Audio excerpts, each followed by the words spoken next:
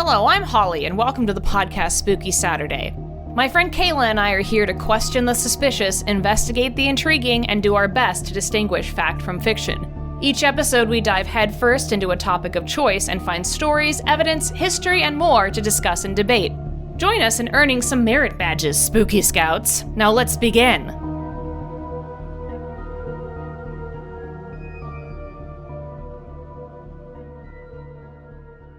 Hey everyone, and welcome to Spooky Saturday, Spooky Scouts. Woo! So spooky. How's everyone doing today? It was just pouring rain, which was fun and spooky here in spring. I mean, it's spring, so it's still, it rains all the time here, so. And thank you all that are listening on the podcast platforms. Sorry for the occasional interruptions of Twitch things, but we stream every Saturday from 3 to 5 p.m. Pacific time. If you care to join us. 6 to 8 Eastern. 6 to 8 Eastern. Yeah, so Kayla, if you can see here, made a Spooky Saturday vest for me, and she has hers. I have mine as well. But my patches are not done yet, but it's the same color. I hand-dyed them. They're so sweet. And we're still working. I want to get these patches actually made eventually, so. But yes, it's great. My patches say, I want to leave. This one says, I love that one. It says, I want to leave. There's leggy boys. The important one. Yeah. This one says, we come in peace, which is great. A little mush up here. Some good mush. The Spooky Saturday patch, of course. This one says, the Cryptozoological Professional Cryptid Tracking. Yes. Professionals. We are. This one says, Cryptid Club Official Member. I like the eye on this one. That was a good eye. And there's one more that I think just on the corner says I want to believe. So all the patches are great. I have one more leggy boy patch that I need to put on, but it was great. I wore it out the other day just to wear it, just because I liked it so much. Oh my god! I just went to the store and I was like, I'm gonna wear this. I went to go get some wood chips for my garden. Ooh. I know. Don't worry. But I looked like I was going to investigate the paranormal as I bought my wood chips. So I just saw Hadil in chat asking us to cover, of course, last week when we were all, quarantined and on Twitter, #AliensExist was trending. Oh my god. Yeah, because... you remember that? Woo, yeah. That was the time. So #AliensExist was trending. So those videos have been out for a while. And they were, as far as I had heard about those videos, is that they had already been officially released. Oh, those were the ones that Tom DeLonge leaked. Okay, so those were those. He was the one. Yeah. And then the Pentagon just confirmed and officially released them through their channels. So that's what, they were already out. We had actually already talked about them. Oh, Roxy Rondell saw the Alien broadcast in New Horizons. Good job. It's so scary. Now you're spooked forever. Yeah, so anyway, so those already came out. So those videos already came out. The why aliens exist was trending, I think, number one, because everyone was stuck inside and bored. And so they saw that the videos had come out, and someone was like, oh, this is crazy. Let's just talk about it. Aliens exist. Oh no. And then it started getting more traction. So yeah, aliens do exist. They do. They do.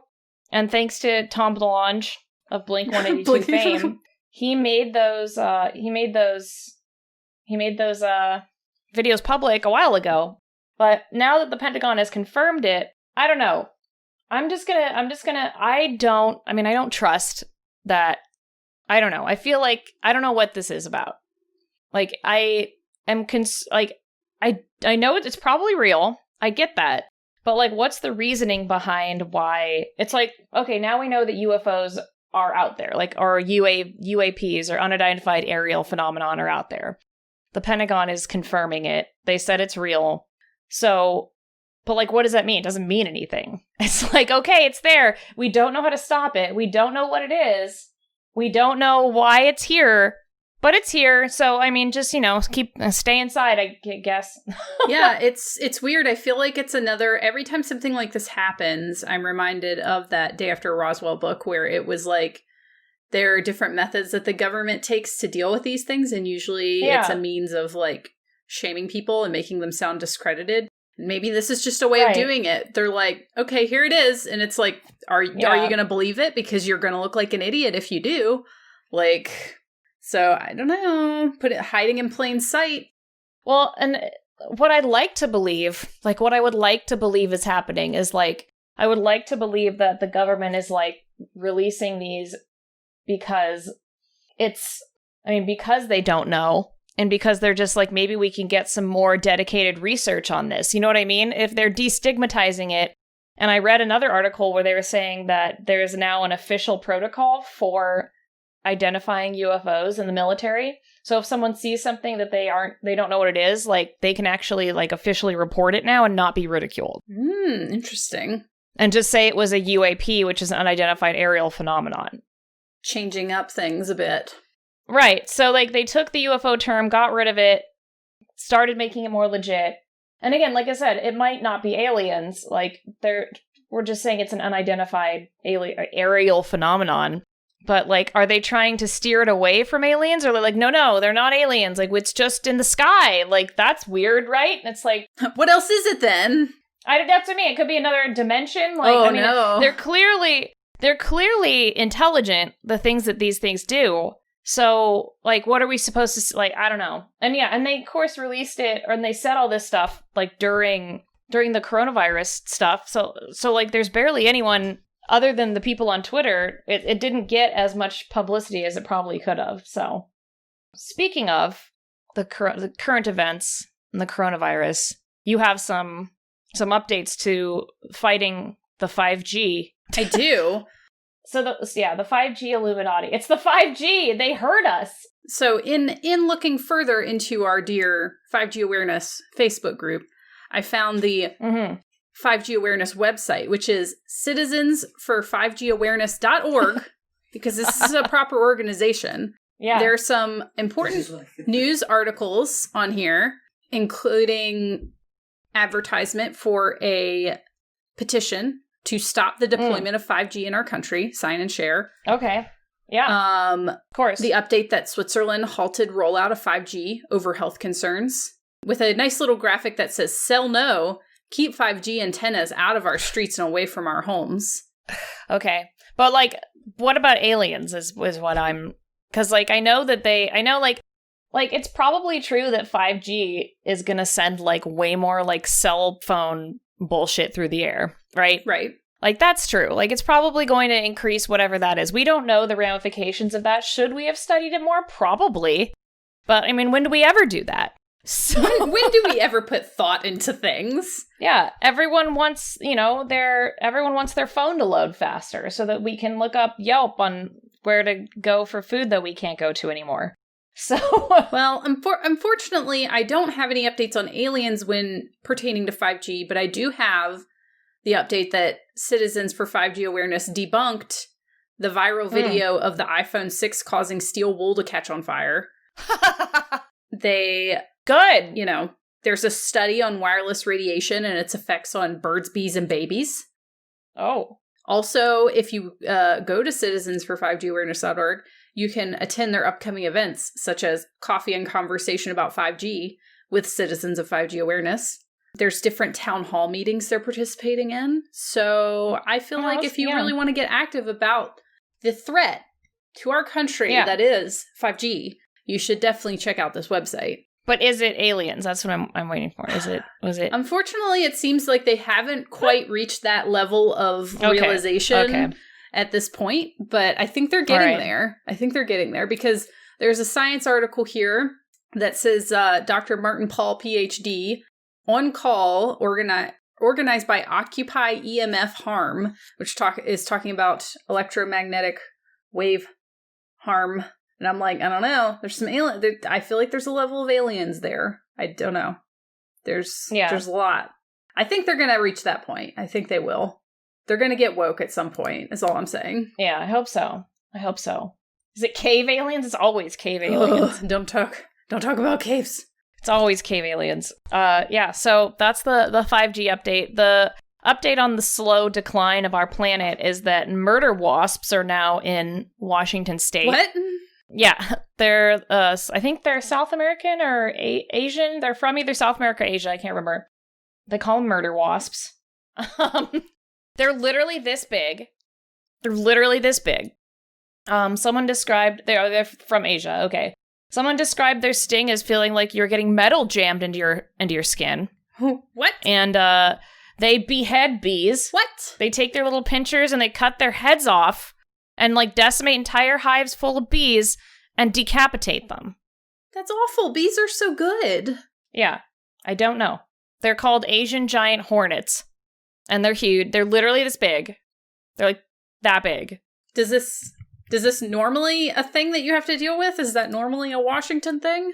Nope. It's the first instance of seeing them in the country. So like all the beekeepers here are like freaking out trying to trap them because if they're here, we're not going to be able to like stop the encroachment of them. So hate that. Yep. So yeah, I mean that sounds worse than 5G in my opinion, but maybe they are connected somehow.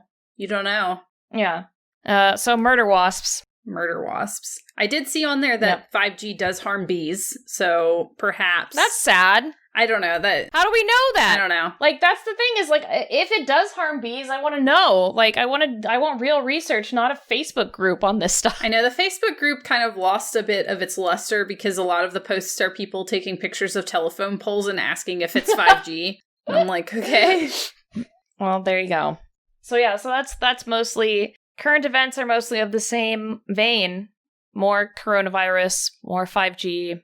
Aliens. The aliens exist trending. That was pretty exciting for like a hot second.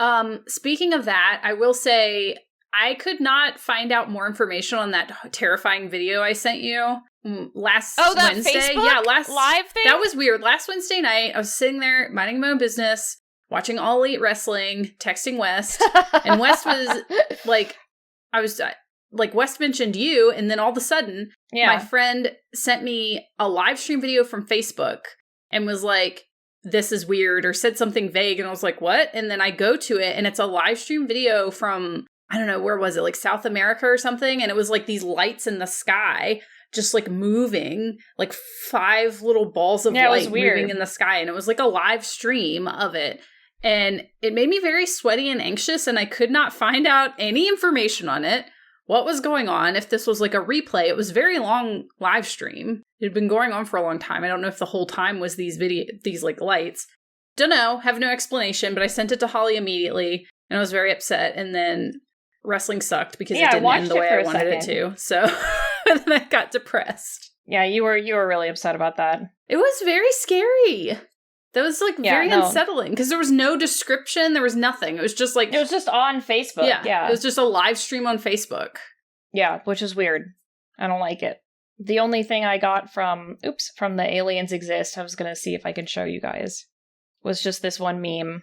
Whatever, it's just a meme of that like, damn bitch, you live like this, but it's like aliens saying that, and the Earth is it's like being just like disgusting. And that's what I got from the Aliens Exist Twitter, because there was some good meme. It was very funny. Yeah, that's the thing is like, I saw a tweet that did not age well, and it was like the beginning of the coronavirus, and it was like, how could 2020 get worse? And someone showed like, put a little picture of like an alien invasion, and someone was like, this did not age well. I'm like, yeah, that's the next step.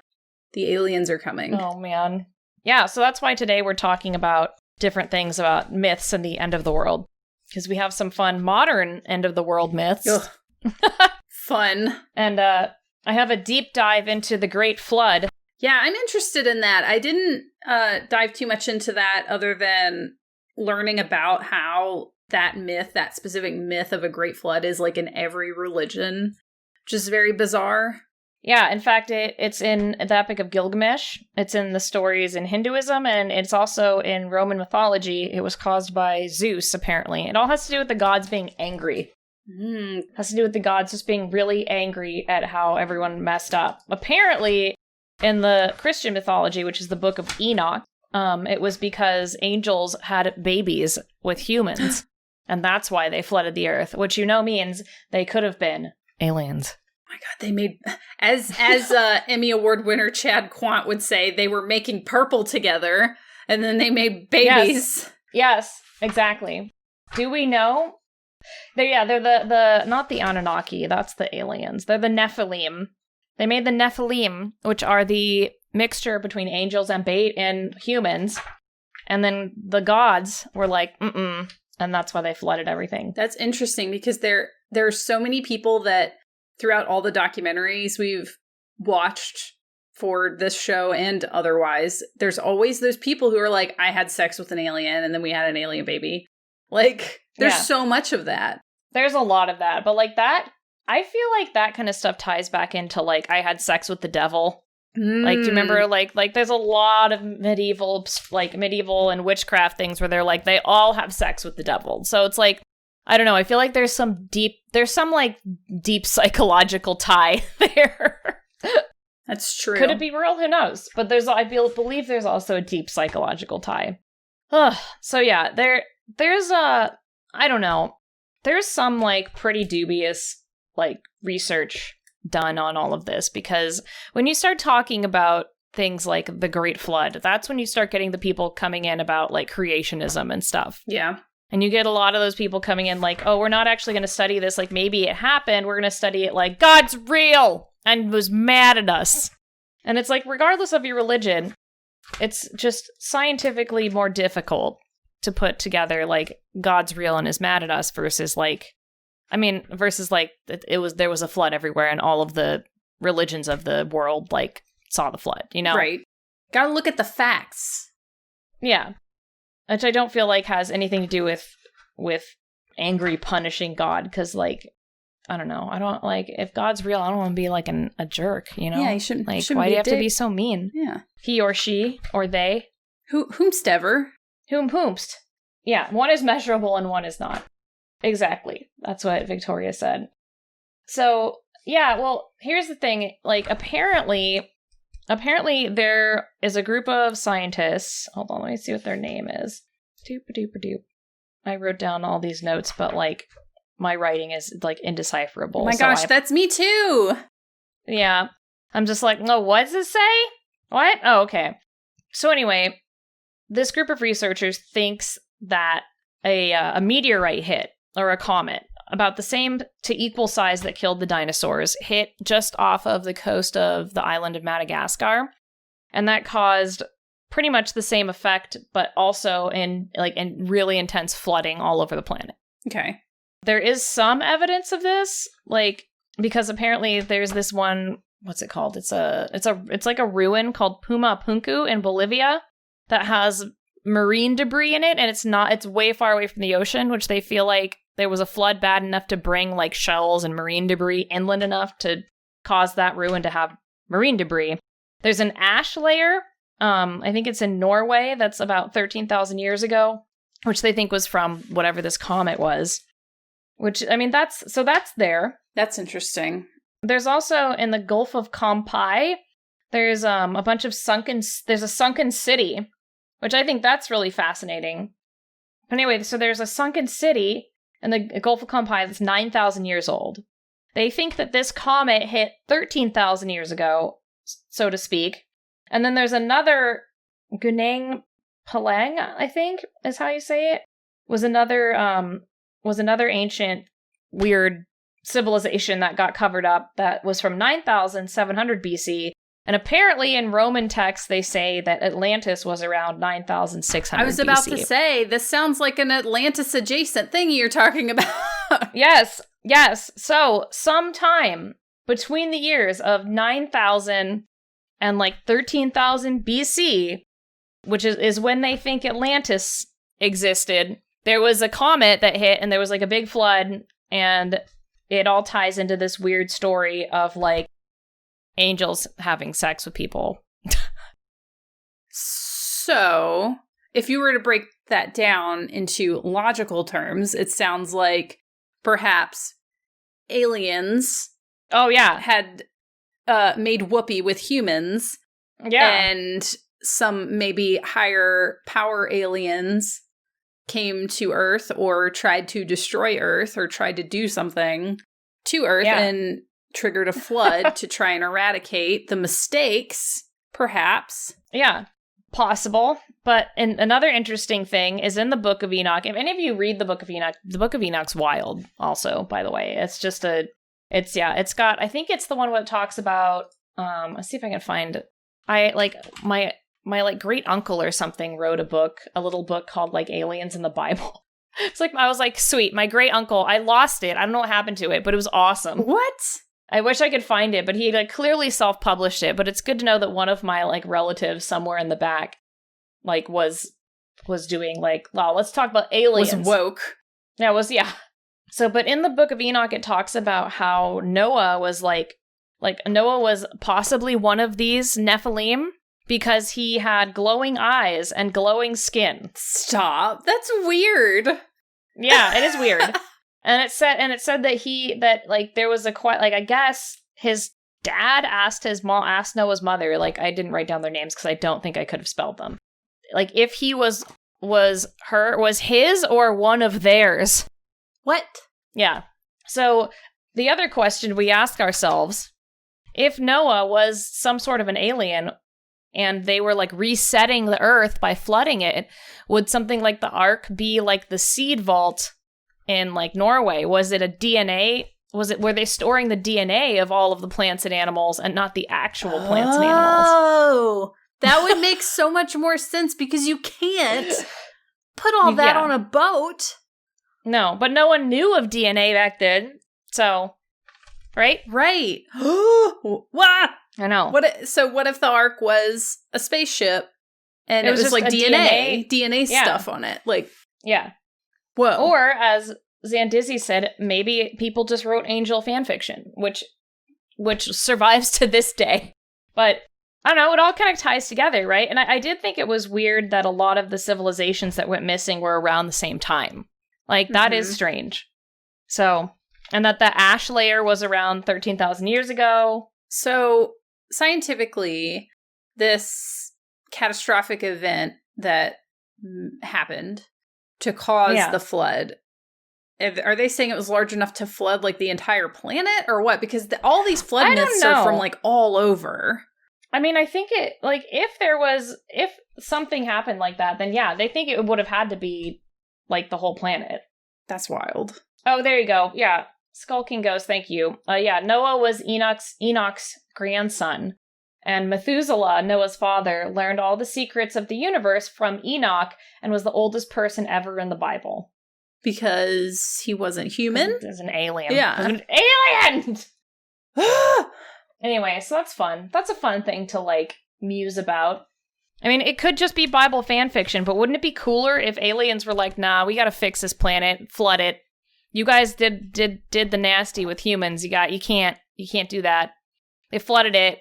Had a DNA ship, brought everything back from, like, cloning or technology or whatever, and we're like, okay, now everything's back. And then they reset the planet. Yeah. And they pieced out. That makes me very sweaty. It's just like, oh no, I've got the stress sweats. Yeah, because I don't know, that the thing about the DNA storage kind of blows my mind because I never thought about that, because that's very cool though. Because yeah, a lot of stuff in the Bible, like, is supernatural. And if you look at it with a critical eye, very weird. Yeah, like, think about it. Think about it through that lens. Like, how much can you pull from that and see it through a different perspective? Yeah. Whoa. Yeah. So there's, I don't know, it's just a cool theory. Like, there is, and until we can find, like, evidence of this kind of stuff, I mean, I feel like since we do have, like, and here's the thing, it's like, I feel like we know a lot about geology. Like, when I lived in Scotland, like, some of the oldest rocks, exposed rocks in the world, they're like billions of years old, like 1 billion years old or something. So some of the rocks there are super, super old. So you'd think if there was any other like older civilizations that were on Earth, that there would be more evidence for them, but we just don't know. Like, there could be. We just haven't found it yet, maybe. So who knows? Who knows? Maybe they're deep within the caves. Yeah, that's right, Persansi. A lot of the biblical stuff is taken from the lore from Mesopotamia, which also had, in the Epic of Gilgamesh, a flood story. And all of them were, caused by gods. In Gilgamesh, it was the council of gods that brought the flood. So maybe it was a council of aliens who was like the council from Mass Effect. They're like, get out. Oh my gosh. Yeah, see, that's the thing, like, Victoria, you'd think that the Arctic ice cores would have that too, right? So, like, I don't know. I don't know if there's just not enough, like, evidence. There's not enough anything. I love this story. I love this concept. I think it's really cool. I love the idea that there were older civilizations that we just didn't know about and, like, things we don't understand, because we're always learning more about history by what we discover, you know? Like, we're never really completely 100% solid on history. Like, I got bored one night and was just going into my, like, medieval research Twitter just for funsies. And in manuscripts, there's a bunch of images of them. We don't know, like, really know why, of medieval knights fighting snails. What? Yeah, just fighting snails. Like, they, like, in the margins of, like, illuminated manuscripts, there's medieval knights fighting snails. And it's like, they're trying to figure out why this is there. Like, why are there snails? Like, why are they fighting snails? We don't know. Like, and one of them's, like, usually someone has, like, their hand, it looks like they're cheating, like they have their hand behind their back or something like that, and one leg up. It's so weird. So, like, yeah, some are riding bunnies, but, like, yeah, it's like a medieval meme. And they came at different times. They were literally like memes. They're like, oh yeah, we put this in there because, like, this, like, everyone's in the know of what this, like, a dude fighting a snail means. So, but anyway, I'm just saying, as far as history goes, we are still trying to figure stuff out. So could we be missing some huge clue that we've never found? I mean, sure. Could aliens have done it and gotten rid of all the evidence? Like, maybe. I doubt they could have gotten rid of any geological evidence, but who knows? So, anyway, that was my my research on the Great Flood. It was fun. Like, it was fun just, like, trying to see, like, the logical conclusion of these ridiculous stories, you know?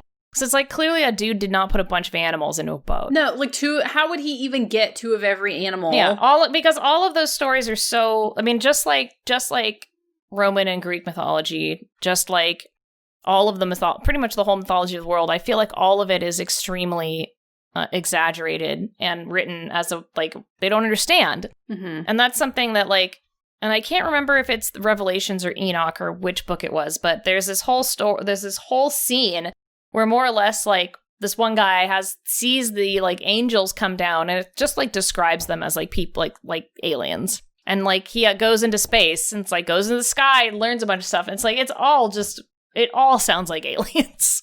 So it's either that they had a bunch of, like, really bizarre alien encounters, did some intense drugs, or they just have a great imagination. So, I don't know. Wow. Why not all of the above? All of the above. That is wild. So do you think that the fact... That was Ezekiel, yes. Thank you, Jen Rev. I appreciate it when my brain doesn't give me the word, but I know what it is, and you all are so fast. So the fact that all of these different cultures have the same kind of flood myth is probably because, like, that connection is because we all went through the same catastrophe.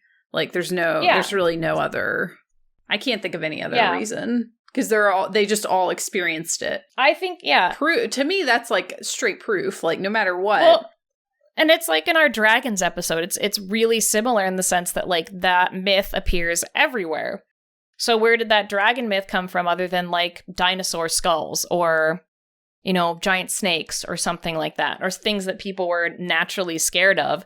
So this flood myth, it must have been something that happened that caused a lot of flooding everywhere, especially in these, like, coastal areas where a civilization was obviously starting.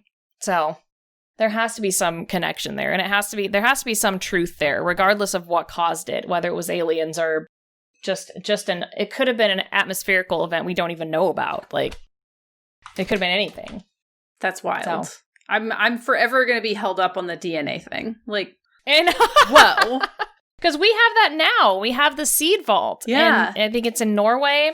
Like, we have those things. And they didn't know what DNA was back then. Like, it could have been totally, like, told or understood by them as, oh, everything was stored. Yeah. And brought back. But, like, that could easily be DNA.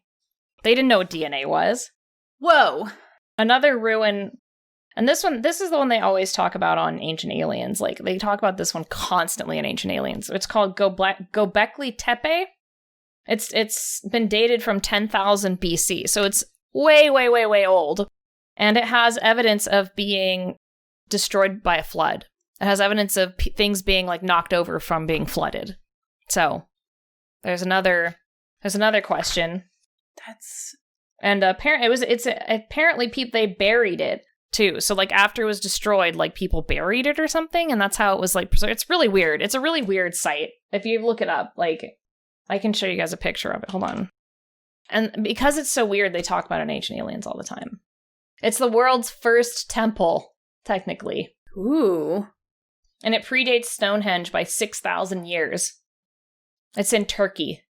Yeah, because it upends the conventional view of more or less like the idea of like the development of civilization in the Middle East.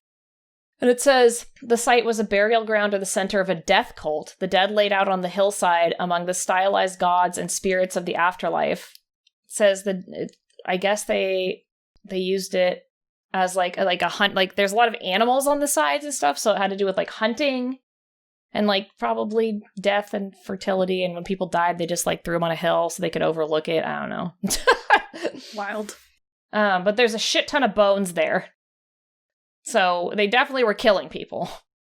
It says they found more than 100,000 bone fragments. And one of the scientists often found cut marks and splintered edges on them. Signs that, they're from animals. Signs that the animals from which they came were butchered and cooked. It's so interesting. That is interesting. I'll link you guys the article about Göbekli Tepe, which I only learned how to say because of Ancient Aliens. Wow. Thanks, Ancient Aliens. Yeah. But it's got like huge slabs of stone around it. So whatever it was, like it was really impressive. And it's 6,000 years older than Stonehenge. So 6,000 years is 6,000 years between that and Stonehenge, which was I believe 3,000 BC.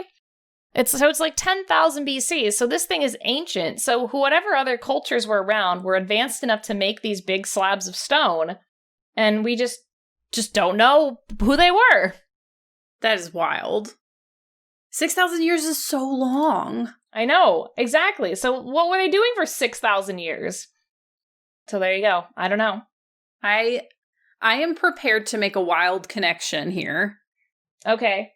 So, if we choose to believe that perhaps the Great Flood was aliens trying to reset the planet, there is a theory from a scientist that went around, looks like mid-March, so fairly recently, that coronavirus came from space. So I can read about this, but immediately I am like, are they trying to reset the planet again? Oh no! With coronavirus. No, they're trying to reset the planet again. No. It's hold on. Wait, I forgot to add this in. Apparently, I read this too, that the Sphinx is older than we think it is. The old Sphinx, they apparently think was like 10,000 years old, and also had water damage from a flood. So that's a whole other thing, though. But yeah, that also has been researched by certain places, and there's this whole conspiracy about how Egypt is trying to cover it up.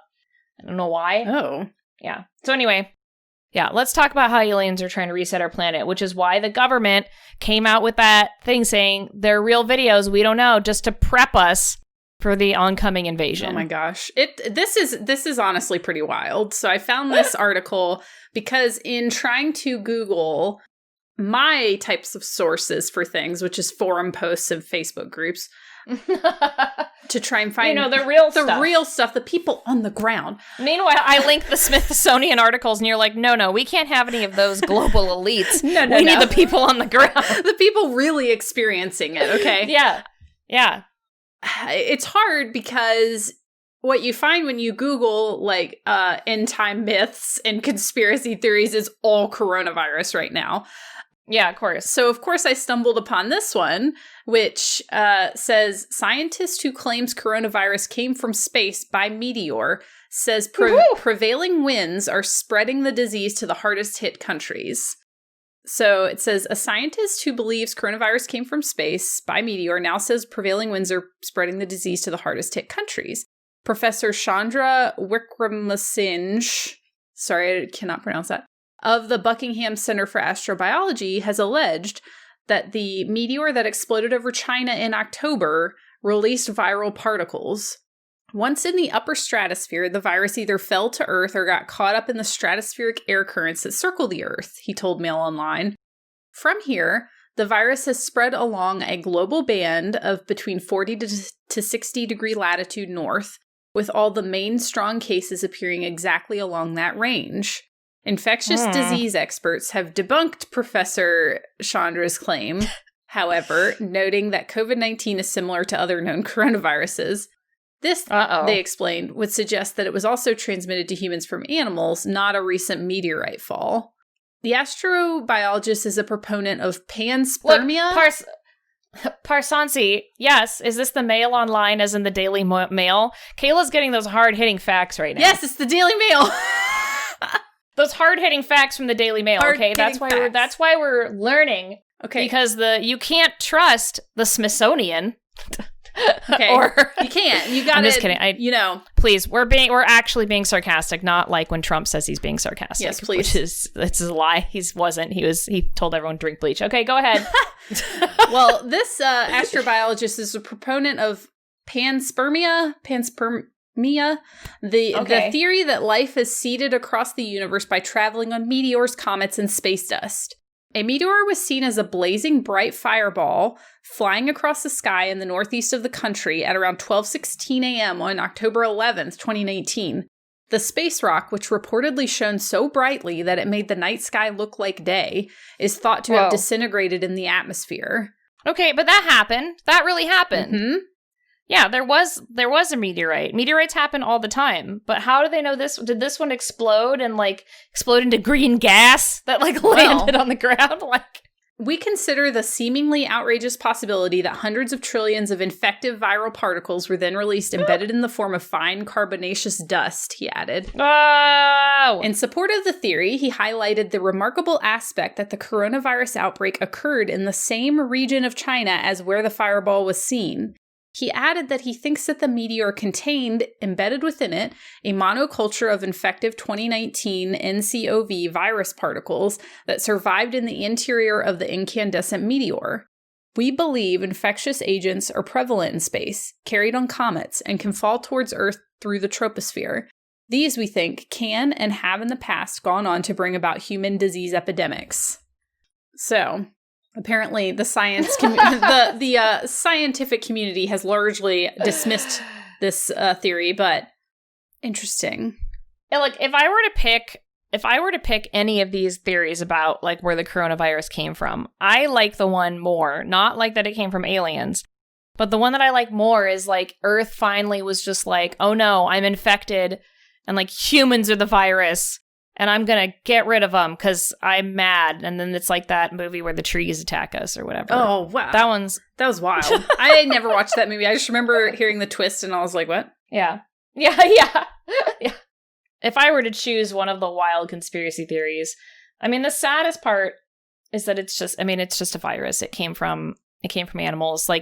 Bill Gates, literally. Oh, but I'm sorry. There's a whole conspiracy theory surrounding Bill Gates, which is fascinating. I don't even want to get into that. But apparently he's all kinds of covert globalist, trying to destroy everyone, blah, blah, blah. And they think he created it, which is hilarious too. But anyway, he actually talked about how we were in way overdue for a global pandemic because of how easily they can spread. So it's people already knew about it, you guys. It's not aliens. I'm sorry. I don't know. Why was that meteorite / comet or whatever, meteorite over China right then, right before things happened, Holly? I don't know, man.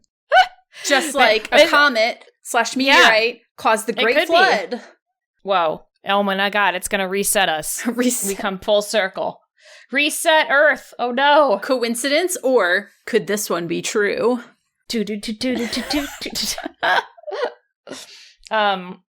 Oh, yeah, I have seen the virus protest videos. That's, like, honestly one of the dumbest things I've ever seen. Protesting the virus? Like, yeah. Or, like, going outside and being like, hey, so we want to get, I guess, like, I had this whole, like, discussion where I was like, how is it possible that people are just like, we don't want our rights infringed on? And then, like, I'm like, 10 years ago, you were literally saying you didn't want gay people to get married. Yeah, but... Like, and but now you're like, you want a haircut? Like, what's happening here?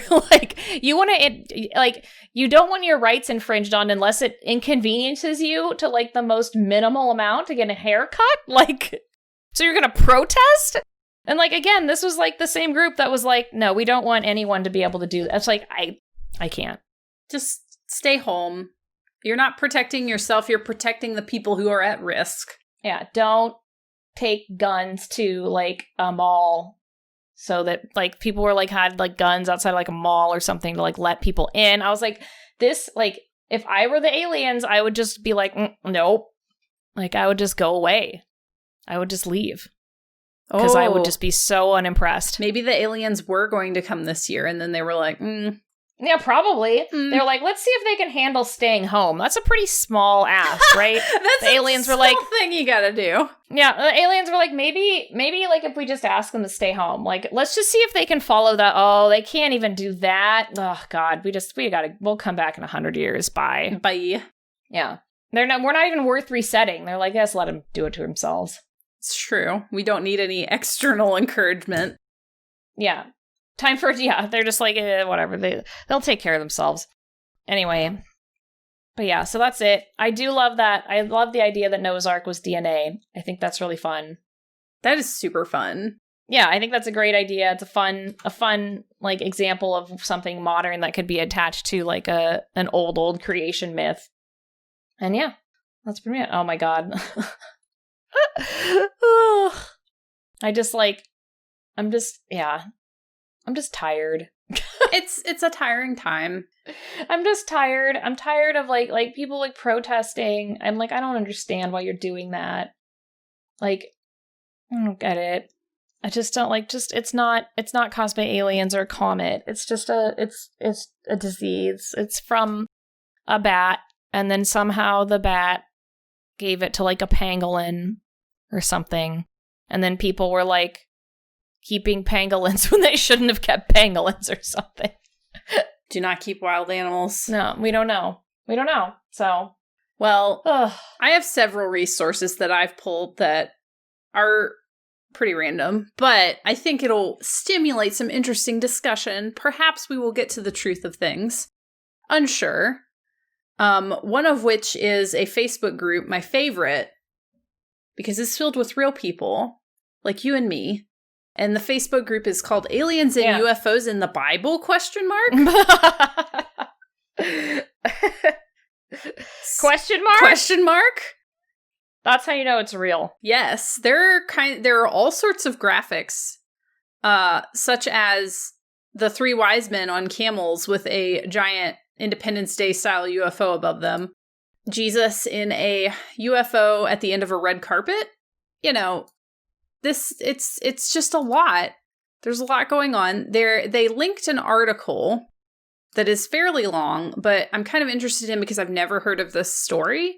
But there's the story of Linda Jones being abducted, which is apparently a thing that I just have never heard of. I'm going to see if I can find a shorter version of it than the article I have, because they wrote it in like novella form. And I was like, that's what you do on Facebook when you're sharing your important. It's very long. Things. Yeah. Oh gosh. Okay. So it looks like I found something on strangertimes.net about Linda Jones that hopefully sums it up, but I think they linked to the longer one. But it's described as missing time, biblical UFOs, and stolen pregnancies. The Linda Jones abduction. Z and Izzy in chat said, "Bro, there is no more stereotypical abduction name than Linda Jones." Yeah, it's pretty basic.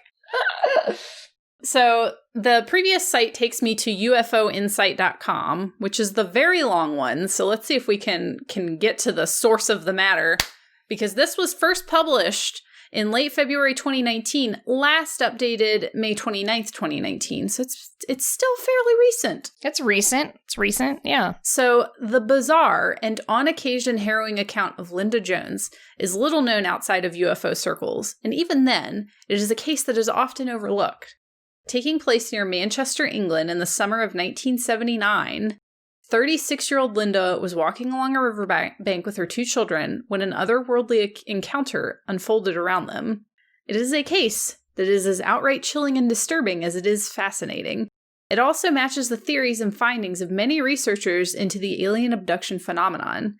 Indeed, as we will examine later, while Linda would ultimately recall her encounter and the grim details it entailed, how many other people may have had similar encounters? Only their minds have successfully locked their respective incidents away. Apparently this has been in some books.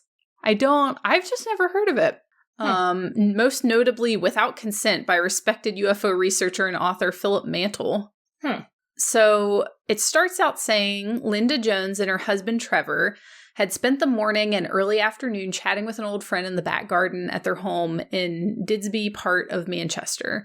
Their 2 children, 5-year-old Christopher and 15-year-old Lisa, were also enjoying the sun and lazy days of the summer holidays. It's written like a novella. I'm sorry.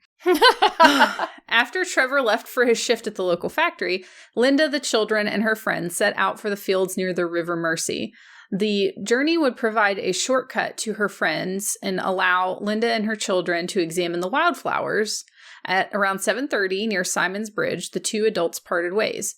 As Trevor would not be home from work until 10:30, she took out her pocket Oxford Dictionary of Wildflowers from her handbag and leisurely strolled along the riverbank, picking out different flowers. Oh, so pleasant. So pleasant. It's so pleasant. And, after 7:30 at night, as one does. I don't know. By 9 p.m., with the evening still light but beginning to darken slightly, Linda could sense a magical serenity in her surroundings. Then, that serenity was broken by Lisa's voice. "Mum, the moon's coming towards us."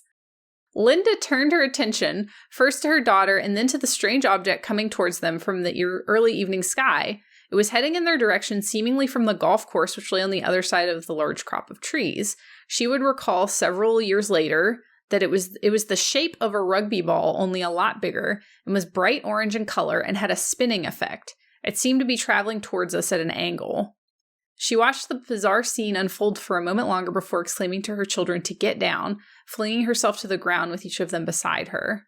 She was expecting an explosion. Perhaps, she reasoned, the object was from the airport nearby. However, when no sounds of the sort came forth, she looked up again. The craft had seemingly just passed over them before it disappeared out of sight behind an embankment. She looked around her surroundings for a moment. She suddenly noticed how the atmosphere had changed from a few moments before when they first noticed the low-flying object. Now there was not a sound other than the thick silence.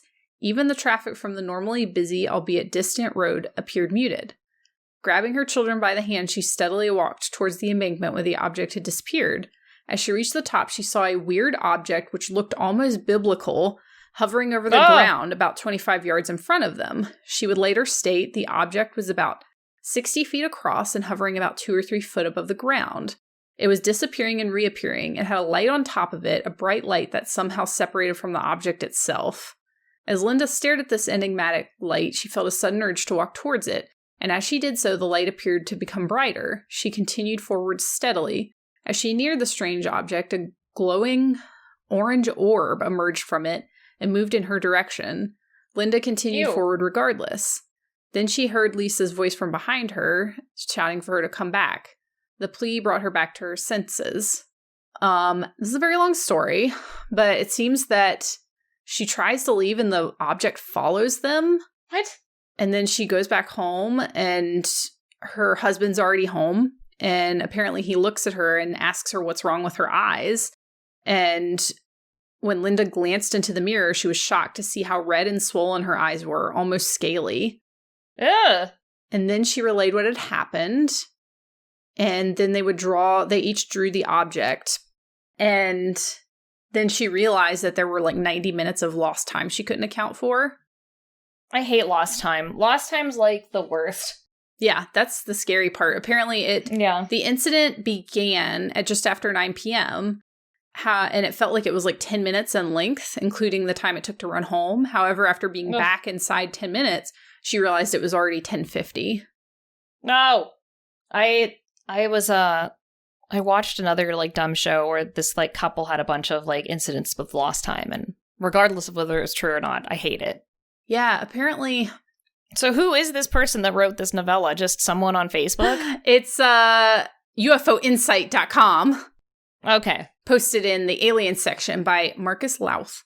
But yeah, I was just looking further because apparently she had miscarriage or an ectopic pregnancy, which she was shocked about because she hadn't been pregnant since giving birth to her son. So I'm wondering if it's implying here that maybe they were trying to impregnate her. But apparently they awakened a lot of details in hypnosis. But the interesting thing is she described whatever she saw and whatever approached her as a biblical experience. That's really weird. Which I've never really, I don't know, when people talk about abduction stories and things like that, I don't really think they tend to connect it to biblical imagery. Yeah, that's true. But she said it was like an object that she could not properly describe other than it had like a separate light above it.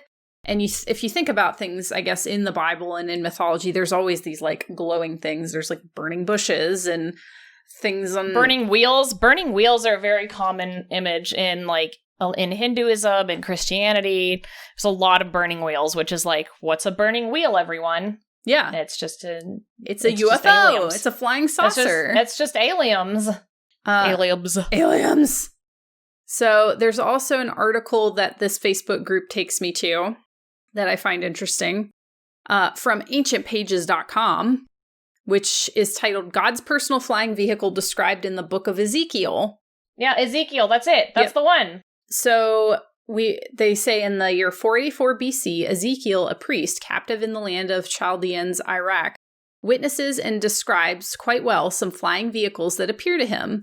For a man who has only seen ox carts for vehicles, he does his best to describe what he is seeing. A quote-unquote whirlwind came out of the north, a great cloud, and a fire enfolding itself. Which sounds like something coming into the atmosphere. Mm-hmm. And a brightness was about it. And out of the midst thereof, as the color of amber, out of the midst of the fire. And out of the midst thereof came the likeness of 4 living creatures. Taking the word amber back to the original Hebrew, we find it means highly polished bronze or glowing bronze. Ah, it's metal. Yeah. No. Then he describes the vehicles as they move, quote unquote. And they went every one straight forward. Whither the spirit was to go, they went, and they turned not when they went. Ezekiel. No, they didn't turn. They were like the Tic Tac.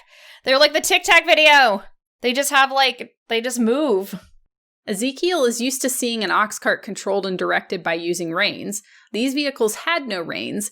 They went as they chose and turned not as they went. So he sees a motor vehicle and 4 other vehicles flying in formation. He goes on further stating that they looked like, quote-unquote, wheels within wheels, and, quote-unquote, when they went upon their 4 sides, and they turned not when they went. Wheels not standing upright, but laid down flat on their sides, he further states, quote-unquote, and the living creatures ran and returned as the appearance of a flash of lightning. Very, very fast vehicles. When these vehicles come to land upon the earth, Ezekiel writes, and their feet were straight feet, and the soles of their feet was like the sole of a calf's foot, and they sparkled like the color of burnished brass. Good description of landing pads. Yeah, so sure sounds like it. The mother vehicle had on board what was, quote, the likeness of a throne, and upon the likeness of the throne... Oh, a seat where you actually pilot it? Upon the likeness of the throne was the likeness of a man above upon it. And then he states, I saw, as it were, the appearance of fire, and it had brightness round about it, as the appearance of the bow that is in the cloud in the day of rain, so was the appearance of the brightness round about it. This was the appearance of the likeness of the glory of the Lord. And when I saw it, I fell upon my face, and I heard a voice of the one that spake. And he said unto me, Son of man, stand upon thy feet, and I will speak unto thee. So Ezekiel witnessed these vehicles move from mountaintop to mountaintop. When those went, these went, and when those stood, these stood. And when those were lifted up from the earth, the wheels were lifted up over against them. for the spirit and the living creature was in the wheels. These vehicles appeared to Ezekiel on 3 different occasions. He goes on further to state, and the likeness of the firmament upon the heads of the living creatures was the color of a terrible crystal stretched over the heads above. Great description of the dome. Of a space helmet? Yeah. Sounds like a space helmet. And crystal on their head sounds like a space helmet. As for their rings, they were so high that they were dreadful, and their rings were full of eyes round about them, portholes. Full of eyes! In conclusion, God came down to visit and talk to Ezekiel in person with his throne on board his personal vehicle, and there were 4 other vehicles in formation escorting God's vehicle. Ezekiel witnesses the appearance of these vehicles on 3 different occasions, and God has a message to bring personally each time he visits with Ezekiel. So, that's... Yeah, were they eyes or lights? This guy thinks that when he says eyes, he's talking about portholes with people looking out from inside. Oh, yeah. So that would look like an eye, yeah. That's terrifying. But that's what my uncle, who wrote that tiny book that I had, and I wish I could find it because it was wonderful. It's probably gone forever. But he wrote that same like thing that's the part he wrote about, that aliens in the Bible, or my great uncle, I think. I mean, that just reads like some ancient dude's alien abduction, like 100%. Like, and I think they take him into space, like, so they're like, and then he goes and sees the Earth, like he goes in the sky. Like, I think it goes on to where like he says that he sees like Earth or sees land from above or something bizarre. That is horrifying. So hate it. Yeah, that is just a pretty blatant description. I know, and that's straight from the Bible. Well, and it's interesting because I'm led to another page here from this Facebook group to humansarefree.com. Please don't go there. I'm getting a lot of weird pop-ups. Don't do it. Don't follow me. Maybe we need a sponsor from like NordVPN. Please. That's what we need so that you can go to these shady sites. You can go to these shady sites so that no one can like fish your info. Please don't go here. I'm getting pop-ups from Chloe that say, "Hi, handsome, want to meet this weekend." So please don't follow me here. So Alexander Light on humansarefree.com has an article here about the Vatican removing 14 books from the Bible in 1684 with no explanation. So did you know about that? Because I didn't know about that. What does it say? I'm sorry. I was still thinking about, hey, handsome. Hey, handsome. There also Holly, I-E, not Y, says, okay. Hi, handsome, want to swap nudes. And I'm like, Holly, please calm down. Oh, no. Calm down. God. Oh, my God. The scandal. Don't go to this website. So the Vatican removed 14 books from the Bible in 1684 with no real explanation. Yeah. Also, the Council of Nicaea, I believe it was in 325, also took a bunch of shit out of the Bible that they were like, we don't need this anymore. Yeah, they've done that twice. This is, I don't know. I mean, I don't know how legitimate this source is, but probably not very. But it says the Bible was originally translated from Latin into English in 1611. This original Bible contained 80 books, including the Apocrypha. Yeah, Apocrypha, which means hidden. Yeah. These Apocrypha books made up the end of the Old Testament and included 1 Esdras, 2 Esdras, Tobit, Judith, the rest of Esther, the Wisdom of Solomon, Ecclesiasticus, Baruch with the Epistle Jeremiah, the Songs of the 3 Holy Children, the History of Susanna, Bel and the Dragon, the Prayer for Manasses, 1 Maccabees, and 2 Maccabees. We have a sandwich shop here named Maccadoos, and it makes me think of that. Maccabees. Yeah. Well, what's interesting is, hold on, I'm going to sneeze. Keep talking. Oh. So it says later in 1684, all these books were removed from the Bible. The allergies are so bad right now. It's very bad. See? It's the planet trying to reset us all. Stop. They're trying to reset us. Anyway, what was I say? Yes. Like that. They did that multiple times. The first time was Council of Nicaea, I believe in 325.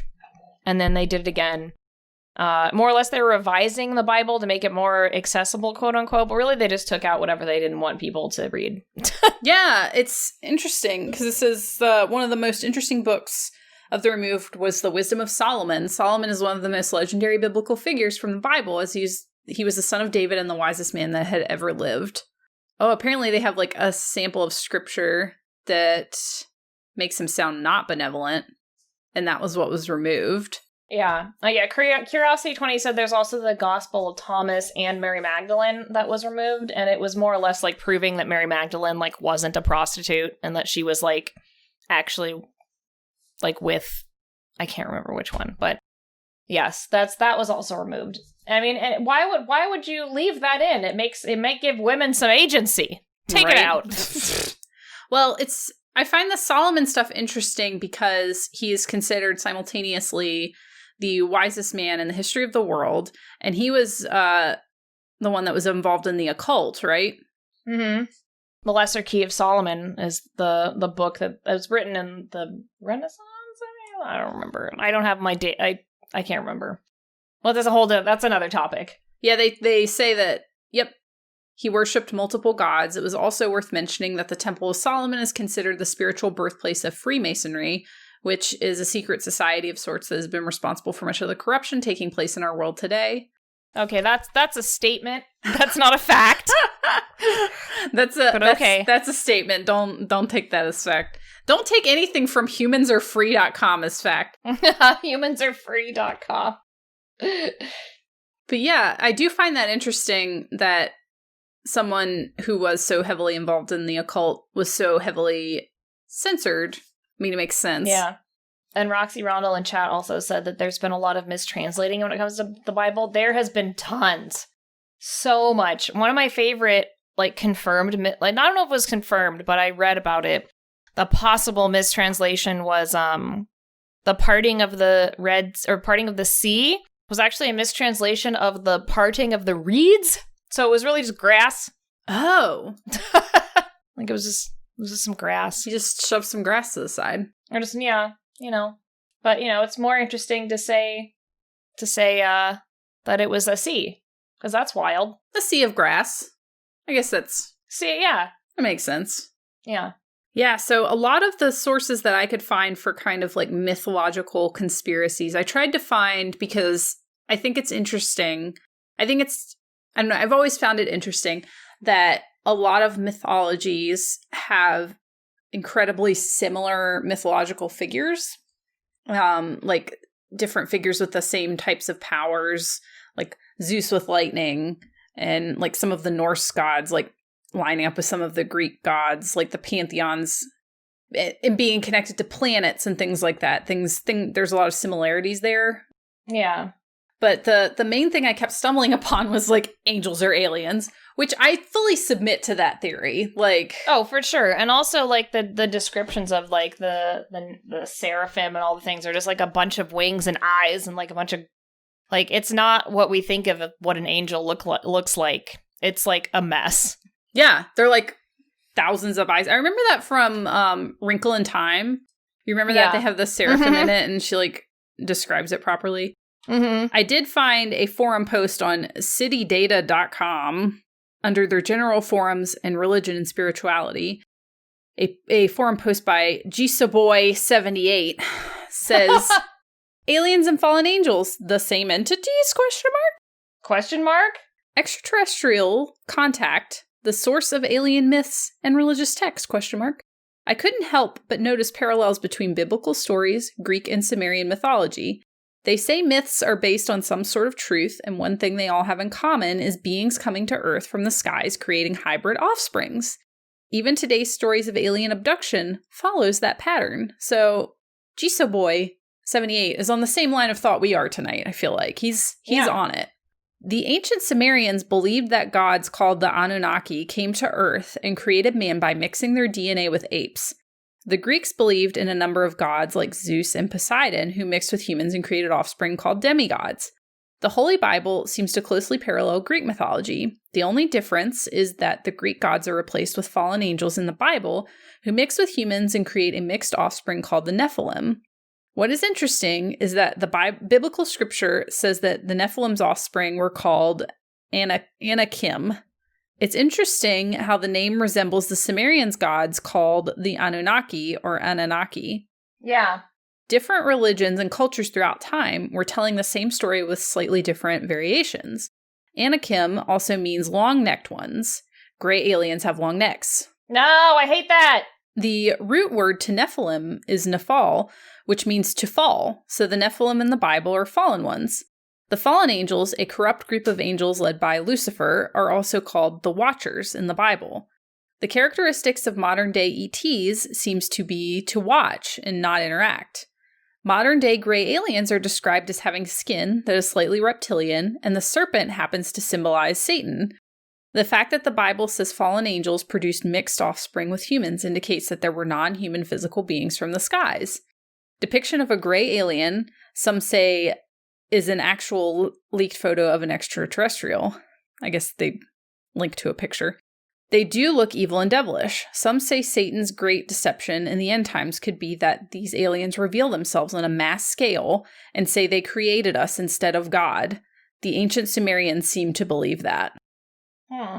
So interesting. He's also proposing that the end times will be aliens arriving and saying that they created us. No, that's what they're planning. Wonder if this... Okay, well, he linked to apparently a photo, but it doesn't come up. It doesn't exist anymore. So of course it doesn't. Yeah, it was taken down. I have some important images also. Ooh. From doing some searches. I'm just going to put these on there because I feel like they're important for us to see. I don't know if I like it. Okay, so that's an alien Jesus. A CG alien Jesus with a robe on next to some angels. Beautiful. Has there ever been anything more beautiful in this world? Yeah, and some lilies. He's the enemy of Space Satan.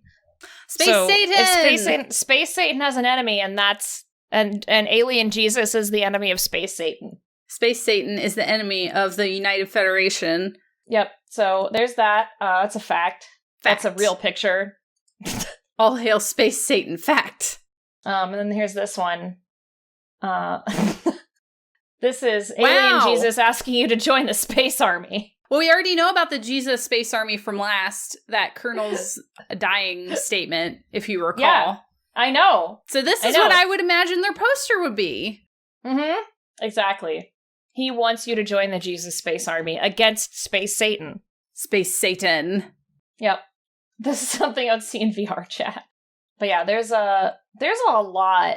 There's a lot when it comes to alien and like religion crossovers. There's a lot. And I feel like the popularity of Ancient Aliens has made it more popular. And like, I've watched a lot of Ancient Aliens. Like, I'd say like 10% of that show has good information. That's a very low percent. Like maybe 3%. Wow.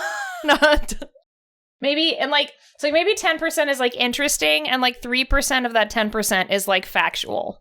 I've not watched barely any Ancient Aliens, so from what I've seen, I agree.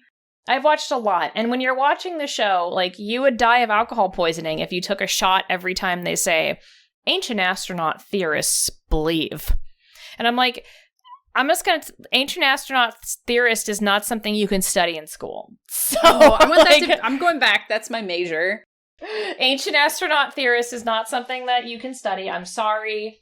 Oh yeah, Wizard of D in chat said, people just really want there to be something to explain where we come from, religion or aliens, because to them, it's more comforting than the idea that there's no reason and we are just here. And that's it. I mean, I agree. Like, I don't want it to be like, we're just here. Like, at least, like, being here lets plants grow or something. I don't know. Yeah.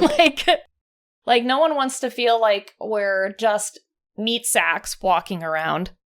But, like, is it better if we're meat sacks and aliens are gonna reset us? I don't know. Ugh. I feel like it's worse if aliens created us, because I feel like ever since watching Signs, I'm very terrified of aliens harvesting us, even though they're also simultaneously allergic to water, which makes no sense. I know. I swear, like, the concept of being raised to be harvested is the thing that I believe in fear. So yeah. Oh no, that sucks. Persansi said they weren't allowed to mention Graham Hancock. when you went to uni. Chariots of the Gods is an interesting book. Like, it's an interesting concept. Yes, we don't have any hard evidence of it, but I feel like reading the Bible and reading what that says sounds like that person got straight up abducted by aliens. Wait, tell me about, I don't know much about Chariot of the Gods, so tell me about it. It's pretty much where the ancient alien theorists, like, came from. It's where that came from. It's the old, it's like written in the 70s. This one dude wrote the book, more or less, wrote the book on ancient alien theories. Okay. And a lot of it has been, like, debunked. A lot of it's been, like through research and stuff. And even he admitted later on, was like, yeah, like, some of the things, like, the research, like, out. But, like, the concept is solid. It's just, like, a lot of the ideas that, like, obviously a lot of the gods were aliens. Or, like, that the book of Enoch or whatever, or the book of whatever, was an alien encounter, which it sounds like an alien encounter. Oh, man, like, that is the wildest thing I think I've read tonight. Like, I had no idea. Oh, yeah, it does. Yeah, and it sounds like that. Oh, no, that's so sad. See, that your university interview said you were interested in alternative theories, and the person was like, don't talk about that, it's stupid. Here's the thing, though. If you say don't talk about it, that's stupid, you're immediately taking away that theory. Like, you can't, I feel like as a scientist, you should consider everything and say, that's possible, but right now we don't have the evidence to support it. Yeah. If you want to try and find evidence on it. But anyway, I was told I wasn't allowed to be in creative writing because I wrote fantasy and sci-fi books. So, like, sometimes college is just dumb. What? Yeah. Yeah. It's sometimes it can be a dumb place. I feel like people get on their high horses. Like, don't get on your high horse. Don't do that. Everyone's here trying to learn. Yeah. In my creative writing class in college, I was able to make, like, a fake, like, cryptid hunting journal. And then also... That's fun. Yeah, I did that. And then the rest of the semester, the teacher never wanted to show up. And when he did show up, he showed us movies like Cube. So, I don't know. It was weird. I think there's got to be a happy medium between a professor that tells you that people are stupid and someone who just shows you Cube. Yeah. So... It was wild. I was like, why are we watching Cube? That's a pretty wild movie. You should check it out if you have not seen Cube. Maybe not the sequel, just the first one. Yeah, well, that's fair. But yeah, so... Oh, well, I was going to say, I feel like we seem to both be on the same page. There's, like, when in searching for logic, in searching for some, like, legitimate logical sources on myths and the reality behind them, it sounds like even logically, it sounds like it's almost from space. Like, it sounds like there's something extraterrestrial involved to me. Like, yeah, and a lot of the, there's another story, I think it's in Hinduism, that also talks about a very similar thing where, like, a god is coming down on, like, a burning chariot. It's all about burning chariots and stuff like that. So, I don't know, it's such a large and, like, very obvious connection. But at the same time, I'm also just like, I don't know. There's no way for us to know. There's no physical evidence. But at the same time, it's still an interesting concept. Well, I feel like we do have physical evidence, allegedly, from the Roswell, but it's just in a filing cabinet in someone's office. Right, yeah, probably. Wow, what a wild ride. I feel very uncomfortable. I know. Stargate's also a great show. I love Stargate. The show, though. The movie was fine. The show's better. I didn't know there was a movie. Yeah, the movie's fine. It has different people in it. Oh. But it's all right. It ties into the show a little bit. I'm trying to think if there's anything else I left out. I think that's it. Ancient aliens, again, about 3% fact, 10% interesting. Yeah, I'm trying to think if there's any other source here. All of my sources. There was an interesting one about Irish history, I believe. And I can kind of talk about that for a minute. I found a forum post, but the response starts talking about Star Trek, so I'm not going to read that one. So we won't delve into that one. That's amazing. But the one that I found, that because I was trying to find myths or histories that I wasn't familiar with, and I came up with the Tuatha De Danann, Tuatha space DE space DANANN. I'm probably pronouncing this wrong. Were they Irish gods or aliens? Oh. Yeah. Oh, I know It's the Clouthidanan, I think is what they're called. Whoa. Yeah, it says pronounced Thuade Dunan. Thuade Dunan? Thuade Dunan, yeah. God. I'm so bad at that stuff, and yet, like, I took so many classes on Celtic literature, but I still mess it up because the letters don't... Yeah, the letters don't go with the words! Like, I would not have got that from that, what I just spelled out. Yeah. So this is an article on irishcentral.com by Ali Isaac, and this was in 2016. So what it says is, when I came to live in Ireland, it did not take long for me to fall in love with its misty landscape and scattered ancient ruins. They drew me in. I felt at once connected and intrigued. Leaving behind the realms of accepted Irish history, I plunged into the shadowy domain of Irish mythology, and that was where I first encountered the Thuade Dunan. The stories of the Dunan were passed down through the ages into legend via the ancient oral tradition of the poets. Later, Christian monks began assembling and recording them in an effort to produce a history for Ireland. Inevitably, these texts were influenced by their beliefs and doctrines, their translation skills or lack thereof, and the desire to please their patrons. What we are left with is impossible to distill into fact and fiction. These myths are so fantastic, so bizarre, that no scholar or historian worth his salt would ever entertain them as anything other than pure fantasy. But I am not a scholar and don't have to worry about academic reputation, and I say there is no smoke without fire. Whoa, Allie. Wild. Thuade Dunan is translated as Tribe of Danu. Scholars are agreed that Danu was the name of their goddess, most probably Anu / Anan. Yeah. Danu, the Anu, and that one, and oh god, I can't remember the other one, but that's the three goddesses that make up the Morrigan, which is the death goddess. Yeah, technically, death and rebirth and crows and stuff. I love the Morrigan.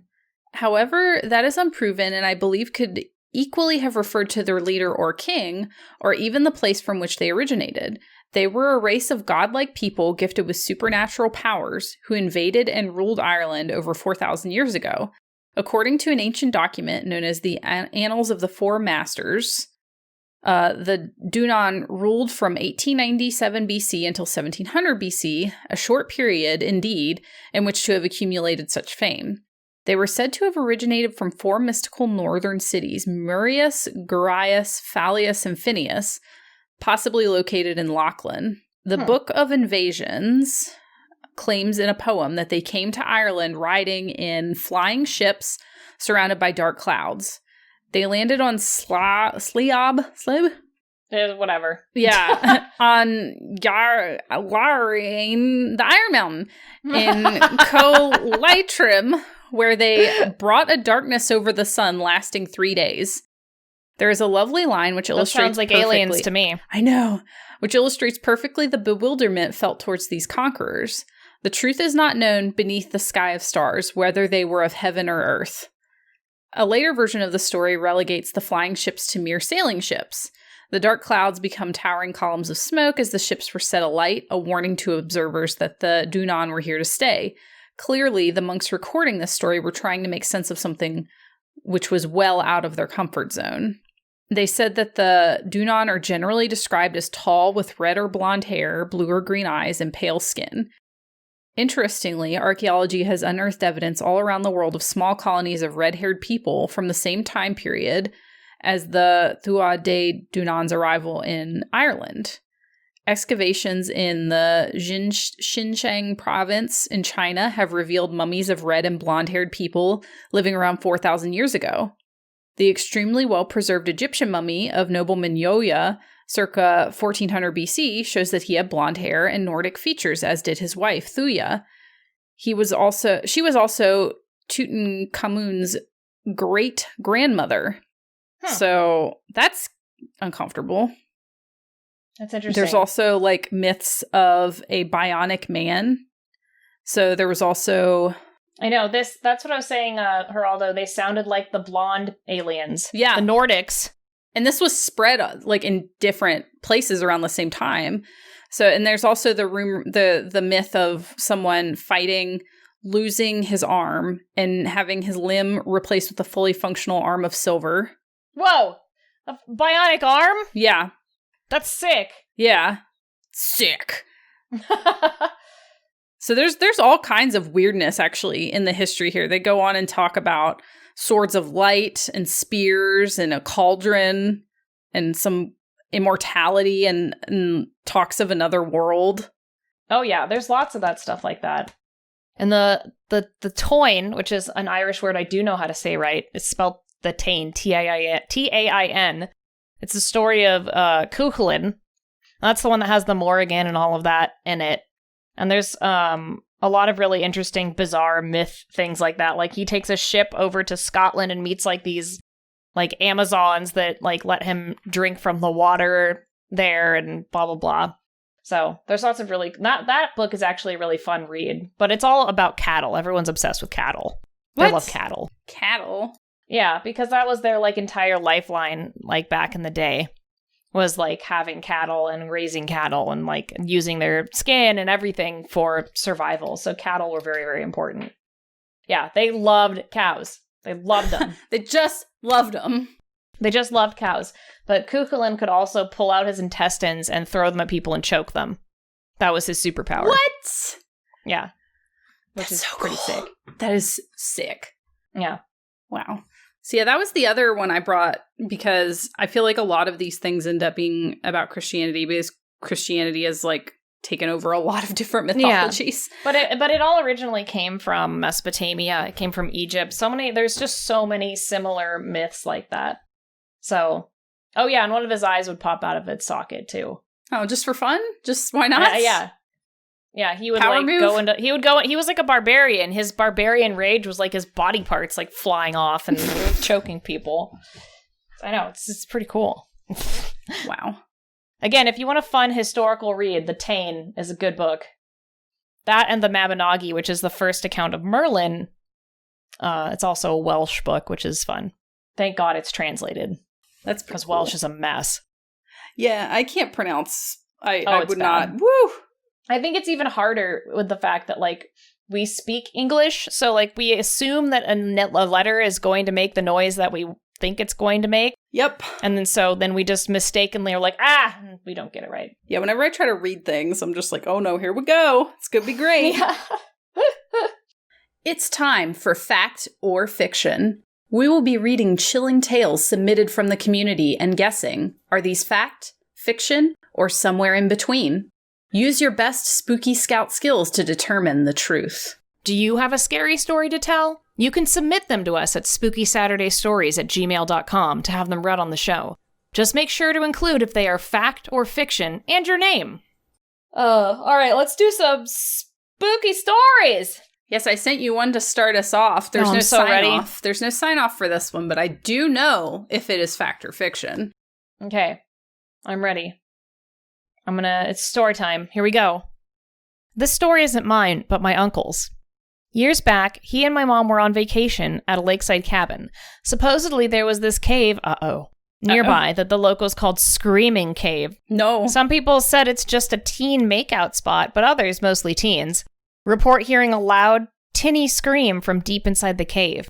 One afternoon, my uncle and his friends were in the area and decided to investigate the Screaming Cave. He figured maybe they could startle some teen couples? They were stupid back then. His words. They apparently found the entrance near the far end of the lake, hidden in some weeds. Nothing weird so far. When they made it to the main cave chamber, they found chairs and an old sofa in there, but no teens. Place felt pretty weird, according to him. As they looked around, he heard one of his friends fall, and when he was helped up, he said he saw a pair of glowing white eyes down a tunnel. The friend stayed behind as my uncle and one other person went down the tunnel to investigate. After 5 minutes, they gave up and turned back. From behind, they both heard a loud metallic screech and felt a warm wind hit them. They turned around and saw 2 pairs of white eyes duck out of view. The 2 of them ran out of the caves, with their friend, who stayed behind following, asking what happened down there. He later told my mom about this, and she said around that time she saw a glowing red triangular shape in the skies over the lake. What? He rarely told anyone about this, and I don't know why he told me or why my mom never did. Oh no, there were aliens too! Oh no! There's a lot going on in this story! Oh man, that's a really good story. I like it because I love the I also watched Cave Aliens. I know. I watched a whole show about Bigfoot being an alien the other night, which was also great. Oh yeah, that's the one you sent me the picture of, and I was like, what? There's some really like high quality interviews in that show. But I'm just gonna say it's fact. Oh wow, it seems like everyone overwhelmingly agrees with you as well. I see one faction, but the rest are fact. Well, Holly and chat, we got you. Our writers made this one up. Did such a good job. It sounded real. Gotcha. It was good, though. Everyone's so upset. Got him. That was a good one, though. That was a good one. I could see that being real. That sounds spooky. Was that from you, Big Bad King Boom Boo?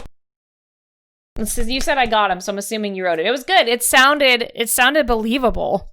For sure. I love, please take, if you have a moment, write us a fun story, try to trick us.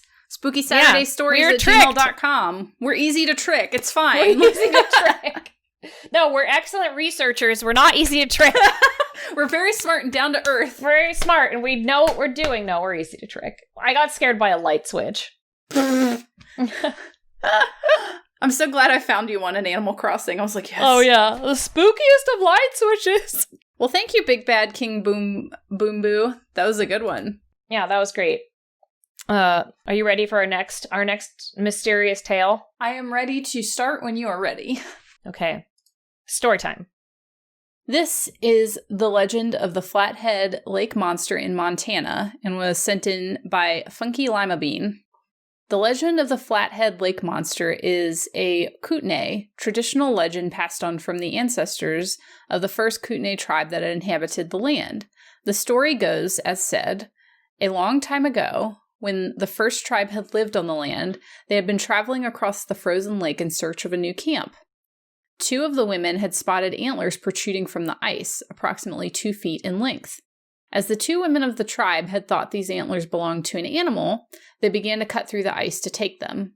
The antlers were useful to these tribes as they have been used to create tools and such, as well as ceremonial items. The ice started to suddenly shake as they had gotten near to the antlers through the ice, and soon began to split open. A large serpent-like creature broke through, and the women had used their special powers to transform into a ball and buckskin target to escape the monster. Half of their tribe drowned in the lake, which is said to be the reason why there are very few Kootenai people. This incident is also said to be the reason why the Kootenai tribes never stray far from the lake shores. As of local stories of this creature, it is said that the legend dates back nearly 100 years ago by retired newspaper editor Paul Fugelberg. The first report was back in 1889 by Captain James C. Kerr of the Lake Steamboat. He and his passengers of 100 people saw a whale-like object in the waters, and one of the crew had reportedly shot it and scared it back into the depths of the water. As reported by Fugelberg, local residents had named the Flathead Monster Flessie, inspired by the Loch Ness Monster. And this monster has been sighted on an average of once or twice a year. Although back in 1993 alone, there were nearly 13 reports. The monster is usually described as a large eel-shaped creature, round with a wavy body like a snake, 20 to 40 feet long, having brownish to blue-black skin and grayish-black eyes. It has often been described as looking like a whale or a giant sturgeon.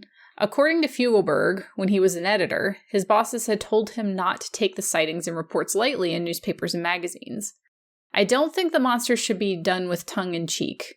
You have eyewitness accounts by people who were scared and didn't think it was funny.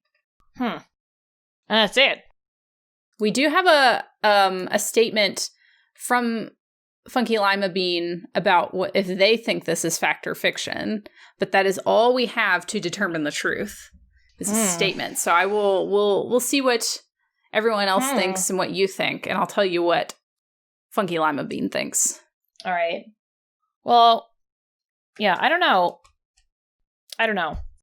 I think there's probably some fact in there, maybe. Maybe it's a faction. I also agree with that. But Funky Lima Bean says, personally, I believe this is fiction, not real at all. Not real at all. I don't know if we have the actual truth here. Funky Lima Beans in chat. What is up with that? Is that... I don't know. Yay. Yeah, alright, so we're just gonna say it's fiction. But that was still interesting. I think if Funky Lima Bean did not fabricate it, I think it's a faction. Funky Lima Bean says there's not enough evidence. Yeah, I think it's misinterpreted fact, for sure. Yeah. Yeah. Interesting. Maybe it's an extra large sturgeon. Sturgeons are pretty wild looking. They are wild looking. I know that from Animal Crossing. Yeah. They sure are. That's like oarfish. Ugh. Yeah, those are wild looking too. I bet you oarfish are like every sea monster ever, because those things are huge. Yeah, I remember when I caught one in Animal Crossing, I screamed because it was just like very unexpected. It's gross. And if you see one, I'd be like, that's no monster. I don't know. Wild. Yeah, it could have been sturgeon. All right, that's why I think it's faction. I think it could be a sturgeon. I wonder also how big do sturgeon? This Dr. Cantress says white sturgeon have been caught in Montana at like 9 feet long. Oh, wow. It says, I Googled it, and it says sturgeon can live to be more than 100 years old. The white sturgeon can grow 20 feet long and weigh more than 1,500 pounds. 20 feet long? That's bonkers huge. That's like, again, that's like a sea monster. So I bet it was a sturgeon. I bet that there's just sturgeon in that area, and like, we're seen a couple times. Or maybe it was the same sturgeon 100 years. Wow. There's a lot of pictures of people holding sturgeon that I'm like, you shouldn't have killed that. It looks like it's ancient. Yeah, it's so sad. They're huge. It's like the size of a dolphin. Poor sturgeons. They're very cool. Do they even eat those? They eat dolphins? No, I mean the sturgeons. Oh, do people eat sturgeon? I bet people are going to eat anything. Well, like, why would you catch it unless you wouldn't? Anyway. Sport. I caught a big fish. The poor fish. I know. God, he's so big. Anyway, yeah. So that was probably a sturgeon. Sturgeons are like sea monsters, I've determined. For sure. They're very cool. Very ancient. Wow. So I sent you one more story if we want to read that one. Okay. Sorry, I found a picture of a sturgeon that took me to a shady link. Oh no, don't go there! All right, story time! Hold on. Boop, boop, boop, boop, boop, boop. The college I went to had these windowed tunnels that went between the buildings so that no one would have to get wet walking around campus when it was raining. Oh, that's nice. A friend of mine lived in a corner room of a building overlooking the tunnel that linked her dorm to the somewhat underground library next door, and had a job that required her to go back and forth from that room to an office on the first floor. From her room, at night she would see a dark shadow through the window. From the outside, the shadow seemed to take an interest in her. As she traveled between the two buildings, it would hover in the side of the tunnel, and she would catch half of a glimpse of things in her peripheral vision, like limbs. Sometimes it would follow her up to her room and settle into the corner, watching her work. She said that whatever the creature was, it was never human. She said she could never see its face. Whoa. Well, what do you think about that? Hate that. Ugh. That one came from Not a Doc Martin. Well, that's it. Yep, that's it. That's it. That's all we got. What do we think? Mel Skunk's like, fact. Yeah. I know, it's really spooky. I mean, I feel like it's definitely fact, but only because, like, to the person who was seeing it, it sounds like it was very real. Regardless of whether this was like an encounter or a cryptid or something, the person who saw this, like, it was real to them. It was, even if it was like some sort of like terror thing, you know? I super hate when things don't have faces. I like really hate that. That's very scary to me. Yeah, that is scary. It is scary. So do we have an answer, or is it just... We do have an answer. Oh. So your vote is for fact, it sounds like.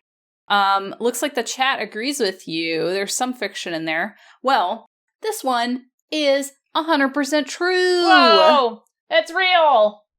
Fact. Yeah, that's scary. See, like I said, it's like, if someone told me that story, I'd be like, this could possibly, like... I'd be like, I don't know if, like, this thing is real or if they're just seeing it, because I feel like some people have these experiences where they see these things and they're not, like, no one else can see them. But it's still real to them, so it's still fact. Right. Yeah. Oof, I don't I don't know if I would be able to deal with that if I was seeing things like that. No, that'd I be would terrible. not. Yeah, I would not feel that was ever normal. I would always be freaking out. Yeah. Yeah, I would no. I mean, obviously that's terrifying, and hopefully it's not real, but it's still terrifying. Ooh. Still spooky. Was that all of our stories for this week? We have a long one, but I'm going to save it for next time. I think that'll be a good one to get us started next time. It's a werewolf story. Ooh. So we'll have a werewolf story next week. That's to fun. Tell. Yeah, if you have stories, please send them to spookysaturdaystories@gmail.com. I'd love to hear if anyone has any sleep paralysis stories, if you've experienced it. Like, they don't necessarily have to be stories. I just love to hear about your experience. Even if you know it's sleep paralysis, I feel like that would be something interesting for us to talk about, you know? Like, we're not necessarily talking about sleep paralysis next weekend, or we could. Yeah, we could. I don't think we haven't covered about it. No. So maybe we should. And then if you send in sleep paralysis stories, we will talk about it. Yeah, I would love to hear some sleep paralysis stories from you guys. Maybe we can do like a bunch of, just read some really interesting experiences, and also go into some of the like dark shadow people and the, you know, things. Because we already covered black-eyed kids. Yeah, I hate them. Yeah. Which is also scary. But I think shadow people and sleep paralysis are really interesting. And also how that ties into alien abductions as well, which is also fascinating. Yeah, I think I have a couple shadow people stories I could tell again. I've told them before. Oh, yeah, yours are good, yeah. Not for the podcast, so we could do that. And then I've had a sleep paralysis story from when I tried to take sleeping pills. Oh, no. That was rough. Oh, no. Rough time. No, that sounds awful. I do not have any sleep paralysis stories, but I used to have a reoccurring dream when I was a little kid of a tiny tornado in one of those spinny propeller hats coming after me. Oh, that's kind of cute, though. I was really scared. The spinny propeller. Like, there are tiny tornadoes, those dust devils. I think it was just like Tasmanian devil, but like just a tornado, and it had a tiny hat on. But I remember being scared. I did hide in the hay. He'll never I find you there. I think I watched too many episodes of Are You Afraid of the Dark? I think that's what caused, like, because I definitely had some nightmares that involved things from episodes of Are You Afraid of the Dark? So. That's wonderful. Yeah, it was great. But anyway, thank you all for watching this. Remember, #aliens are real, or aliens exist, or alien sexist. Oh, yeah, that's what I read it as. I was like, what's happening? I was like, can we not go after the aliens? We've never even met them. Don't come for them. Yeah, and so next week we'll talk about some sleep paralysis and that kind of fun stuff. Maybe we can do some like dream interpretation or something. Who knows? Ooh, let's do that too. It'll be fun. And don't forget that you can support Spookers. Wow, you can support. You can support Oogity Boogity Spooky Saturday by going to spookysaturday.com. We have our Ko-fi link there where you can help us with editing costs. We have merch, and we have a link to our Discord, which you should join if you haven't already, where we talk about stuff and people share stuff and Animal Crossing stuff, because that's what everybody's doing right now, and it'll be great. Yeah. Join us. All of the funds go straight to supporting editing the show, and hopefully eventually getting us to some like weird places like Fresno so we can interview people about the Fresno Nightcrawlers, Leggy Boys. The top priority is getting some more to Fresno. Yeah, getting attention on the Leggy Boys. Well, like getting more information and more truth out there about the Leggy Boys. All right. Well, thank you all for watching, and thank you all for subscribing and donating. We really appreciate it. And if you're listening to the podcast, we appreciate you too. We are live every Saturday from 3 to 5 p.m. talking about facts or fiction and telling the Spooky Scouts the truth. Yes. All right. We will see you all next week. Stay safe. Don't get abducted by aliens. Or don't. Or do. Or do. And hug the Leggy Boys. Yes. Okay, bye. Bye. Bye. Thanks for joining us for Spooky Saturday. I'm Kayla Klein, and you can find me at kaylaklein.com or on social media as @KAYNCLI. And I'm Holly Conrad, and you can find me on social media as @HollyConrad or @CommanderHolly, and you can find our clothing store at trashcoven.com. We hope you enjoyed learning and speculating with us tonight. If you want to find out more about Spooky Saturday and becoming a Spooky Scout, you can find links to our social media, Discord, and more at spookysaturday.com. Spooky Saturday airs live every Saturday on twitch.tv/HollyConrad at 3 p.m. Pacific.